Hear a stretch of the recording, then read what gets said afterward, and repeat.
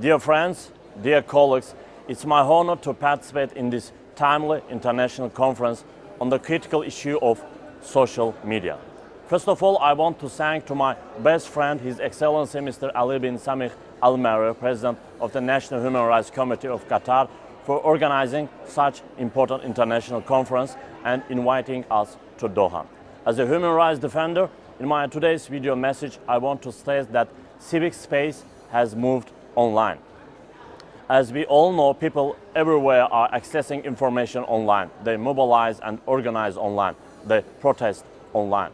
At the same time, there are concerns about the abuse of digital platforms, including hatred and violence against individuals, organizations, and communities. When we look at how social media is changing civic space, we should recall the range of legal standards that already exist around the world, regulating what can and what cannot be said. Universal freedoms of expression, thought, assembly and association, as well as the right to privacy, are central for consolidating democratic societies and to securing development, peace and security. Dear friends and colleagues, we have observed the troubling situation of some politicians using social media extensively to achieve political goals, and at the same time imposing significant restrictions on the content of social media under their jurisdictions. Moreover, companies running these platforms can determine what people are able to say and hear. This raises critical questions for all of us to answer. Who has the authority to order the removal of content? What procedures are used by social media platforms when sharing or blocking content? How is artificial intelligence used in managing social media content? What are the remedies available to social media, human rights activists and others?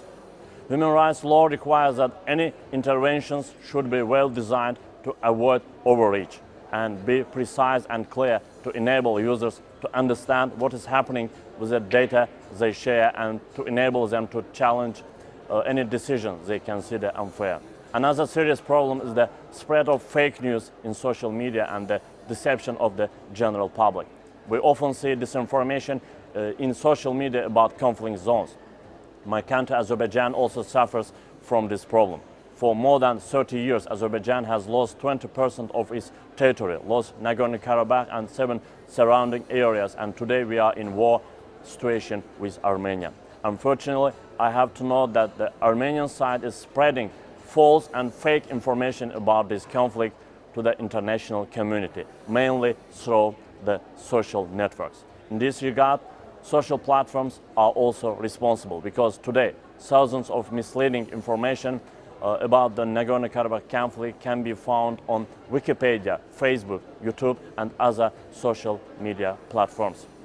As a human rights defender, I would like to draw your attention to this issue today. I think that most of today's human rights violations occur in social networks. With all this in mind, I think today's international conference in Doha is very effective and important. I am confident that issues raised during this conference will be seriously investigated by the international community and important decisions will be made.